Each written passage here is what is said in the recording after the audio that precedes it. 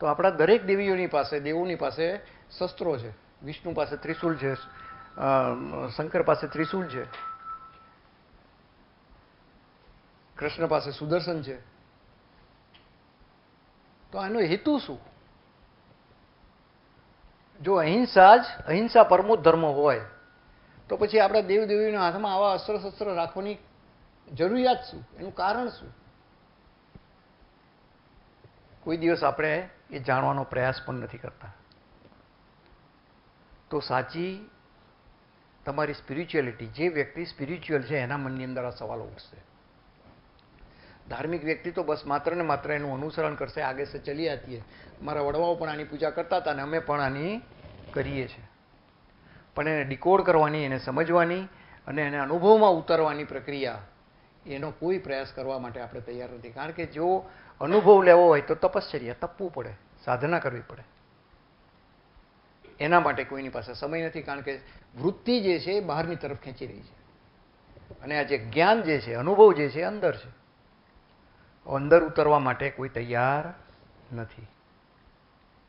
તો પછી એક જ રસ્તો બચે કે માની લો. બે રસ્તા છે સત્યને જાણવા માટેના, કાં જાણી લો કે માની લો. અને મોટા ભાગના માણસો જાણવાનો રસ્તો કરતાં માની લેવાનો રસ્તો વધારે પ્રિફર કરે. કારણ કે જાણવામાં તકલીફો છે, માનવામાં કંઈ તકલીફ નથી. આ ભગવાન છે, આપણું કલ્યાણ કરે, એમને નમન કરવું, એમની પૂજા કરવી, એમનું પાઠ કરવો અને એમની પૂજા આરતી કરવી, એમને ફૂલ અર્પણ કરવા, આ બસ આપણું કલ્યાણ કરે છે અને આપણા શ્રેષ્ઠ છે. ત્યાં આવીને આપણે અટકી જાય છે. અને બેઝિકલી આની પાછળનું રીઝન પણ આપણી લાલચ જ છે. મનુષ્ય અંદર રહેલી લાલચ. કોઈકને શ્રેષ્ઠ બનાવવા માટે, કોઈકને શ્રેષ્ઠ માનીને એની પાસે માંગણી ઇઝીલી કરી શકાય કે ભાઈ તું શ્રેષ્ઠ છું, તો તું સર્વ કરતા હરતા છું, તો તું જ અમને આપી શકે છે. અને એ રીતે વ્યક્તિ પોતાની જવાબદારીમાંથી છૂટી જવા માંગે છે. પોતે કંઈ કરવું નથી. માત્ર ને માત્ર ઈશ્વરની ઉપર બધું જે કંઈ જે છે જવાબદારી એની ઉપર મૂકીને આપણે નફકરા નીચેન થઈ જવું. આ એક નોર્મલ ટ્રેન્ડ છે સમાજનો. પણ જે મુમુક્ષ જે છે, જે ખરેખર જેને કંઈક જાણવું છે, સાચું શું છે, તો એ તમારા સ્વના અનુભવ સિવાય દુનિયામાં ક્યાંય મળવાનો નથી અને નથી જ.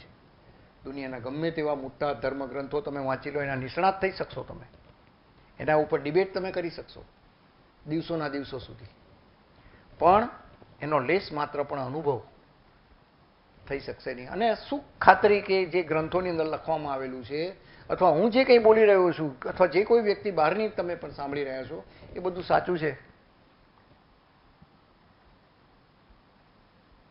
એની ખાતરી શું? તો ખાતરી માત્ર તમને એક જ રસ્તે મળી શકે કે તમે સ્વયં જ્યારે અનુભવમાં ઉતરવાની શરૂઆત કરો ત્યારે.